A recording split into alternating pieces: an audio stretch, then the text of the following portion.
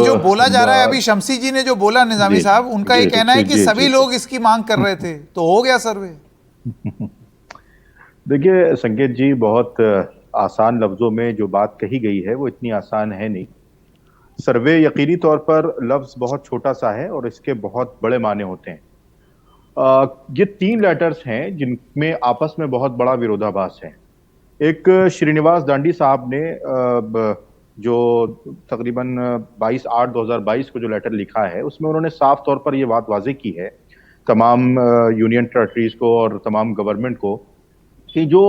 वक्फ के की जो खुर्द-बुर्द है और जो वक्फ की प्रॉपर्टीज हैं उनमें जिस तरीके से मुतवल्ली बगैर उस वक्फ की संपत्ति को रेवेन्यू रिकॉर्ड में दर्ज कराकर बेच रहे हैं, तो वो तमाम तर चीजें जो उस लेटर में लिखी गई हैं बिल्कुल सच्चाई है, उससे किसी को एतराज नहीं है। दूसरा जो लेटर है वो सेंट्रल वक्फ काउंसिल का है, उसमें भी ये बात कही गई है कि जो वक्फ प्रॉपर्टीज जो वक्फ में दर्ज हैं, वक्फ बोर्ड में दर्ज हैं, लेकिन वो रेवेन्यू रिकॉर्ड में दर्ज नहीं है, राजस्व विभाग में दर्ज नहीं है, उनको बराए मेहरबानी राजस्व विभाग रेवेन्यू रिकॉर्ड में दर्ज किया जाए। लेकिन तीसरा लेटर जो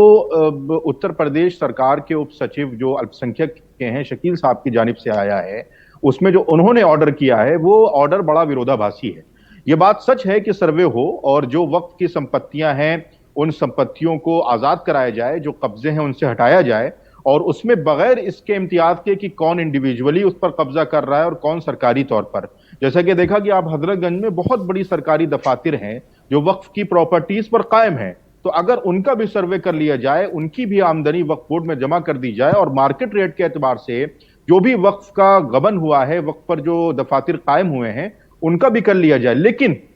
उसमें जो बात कही गई है संजय साहब की, उसमें इन्होंने ये बात कही है कि ये राजस्व विभाग इस बात को देखेगा कि ये जो